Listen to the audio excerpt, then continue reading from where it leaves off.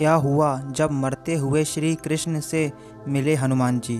दोस्तों, पवन पुत्र हनुमान को रामायण के सबसे प्रमुख पात्रों में से एक माना जाता है, जिन्होंने रामायण के साथ साथ महाभारत के युद्ध में भी एक अहम भूमिका निभाई थी। लेकिन क्या आप जानते हैं कि आखिर क्यों हनुमान जी द्वापर युग में मरते हुए श्री कृष्ण से मिलने आए थे।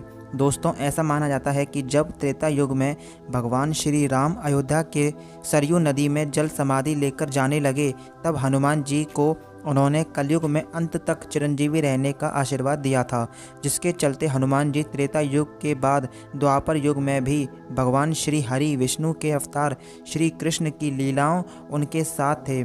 साथ ही महाभारत के युद्ध में अर्जुन के रथ पर ध्वजा के रूप में रहकर रथ की रक्षा की थी, जिससे अर्जुन की शक्ति कई गुना बढ़ गई थी, क्योंकि हनुमान जी के होने के कारण अर्जुन के रथ को किसी भी दिव्य अस्त्र से नहीं नष्ट किया जा सकता था। इसके अलावा महाभारत में कई जगह हनुमान जी का वर्णन मिलता है, जहां पर उन्होंने स्वयं गदाधारी भीम के अहंकार को चकनाचूर कर दिया था। वहीं महाभारत के युद्ध समाप्त होने के 36 वर्ष बाद जब भगवान श्री कृष्ण अपनी देह को त्याग कर बैकुंठ धाम जा रहे थे, तब हनुमान जी उनसे मिलने आए थे। लेकिन यह सत्य नहीं है।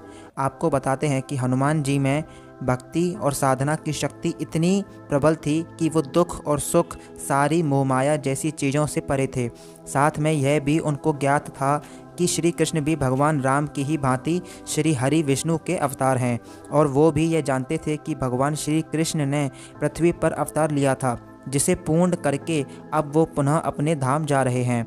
हनुमान जी को यह ज्ञात था कि विष्णु भगवान ना कहीं जाते थे और ना ही कहीं आते हैं, बल्कि वो हमेशा अपने भक्तों के हृदय में वास करते रहते हैं। इसलिए जब भगवान श्री कृष्ण अपनी देह त्याग कर जा रहे थे, तब ना तो हनुमान दुखी थे और ना ही उनकी आंखों से आंसू निकल रहे थे। हनुमान जी भगवान विष्णु के दोनों अवतारों श्री राम और श्री कृष्ण के परम भक्त थे। जो भक्त अपना सब कुछ त्याग कर प्रभु की भक्ति में लीन हो जाता है, तब उसे एक आंतरिक शक्ति प्राप्त होती है, जिससे वो सदैव भगवान के संपर्क में रहता है। इसी तरह हनुमान जी भी भगवान के संपर्क में रहते हैं। इस तरह हम कह सकते हैं कि भगवान हमेशा हनुमान जी के अंतर्मन में सदैव रहते हैं। दोस्तों, आपको बताया है कि कैसे हनुमान जी श्री कृष्ण की मृत्यु के समय उनके पास ना होकर भी कैसे उनके साथ थे। लेकिन द्वापर युग में एक समय ऐसा भी आया था कि जब श्री कृष्ण को हनुमान जी की सहायता की ज़रूरत थी। एक बार श्री कृष्ण के बड़े भाई शेषनाग के अवतार बलराम जी को अपने बल पर ज़्यादा घमंड हो गया था, और बलराम जी अनावश्यक रूप से अपने बल का प्रदर्शन करते रहते थे। जैसे अपने हाथों से बड़े पर्वत को उठाकर फेंक दिया।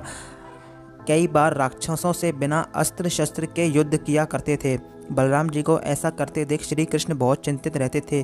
फिर उन्होंने निर्णय किया कि बलराम जी के घमंड को तोड़ना होगा, क्योंकि वो जानते थे बलराम जी का घमंड और क्रोध संसार के लिए सही नहीं है, क्योंकि वो स्वयं शेषनाग के अवतार हैं।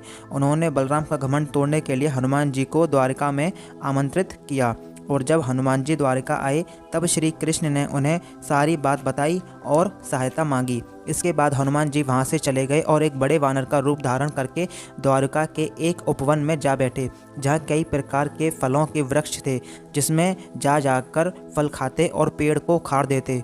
हनुमान जी को ऐसा करते देख और उसकी आवाज़ों से पहरेदार वहां आ गए, और वो ये देखकर अचंभित रह गए कि एक बूढ़े जानवर ने पूरे उपवन को तहस नहस कर दिया। जिसके बाद पहरेदारों ने उस वानर को भगाने का खूब प्रयास किया, लेकिन वो वहाँ से नहीं हटे और एक फूंक मारकर उन्हें हवा में उड़ा दिया। जिसके बाद पहरेदार भागे भागे बलराम जी के पास पहुँचे और उन्हें उपवन में हुई सारी बात बताई, जिसे सुनकर बलराम जी क्रोधित हो गए और गदा उठाकर उपवन की ओर जाते हैं, जहाँ एक बूढ़ा वानर वृक्ष पर बैठकर फल खा रहा है।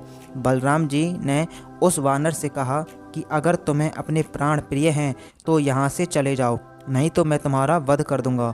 फिर हनुमान जी कहते हैं, श्रीमान, मेरा अपराध क्या है? आप क्यों मेरे प्राण लेना चाहते हैं? तब बलराम जी कहते हैं, तुमने मेरे उपवन को तहस नहस कर दिया है, और जो फल तुम खा रहे हो वो मेरे हैं। इस पर हनुमान जी कहते हैं, ना यह वृक्ष आपका है, ना ही इसके फल आपके हैं। यहाँ तक कि जिस धरती पर यह वृक्ष लगे हुए थे वो भी आपकी नहीं है, और ना ही किसी और की हो सकती है, बल्कि इसके स्वामी यह स्वयं है। बलराम यह सब सुनकर और ज़्यादा क्रोधित हो जाते हैं और अपनी गदा से प्रहार कर देते हैं, जिसके उत्तर में हनुमान जी भी अपनी गदा से प्रहार करते हैं, जिसके बाद दोनों में भयंकर युद्ध शुरू हो जाता है।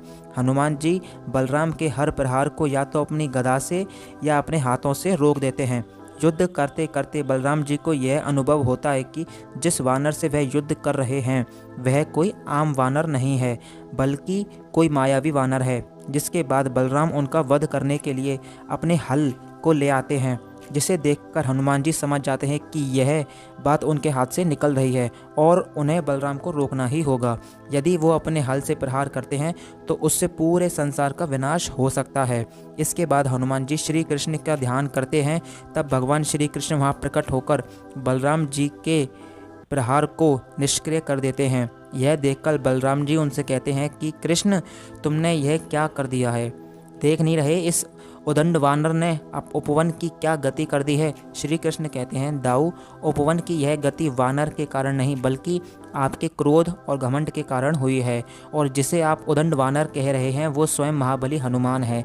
जिसके बाद हनुमान स्वरूप में आ जाते हैं और बलराम से क्षमा मांगते हैं। वहीं श्री कृष्ण की बात सुनकर बलराम को आत्मग्लीन होती है और हनुमान से क्षमा मांगते हैं और अपने घमंड और क्रोध का त्याग कर देते हैं।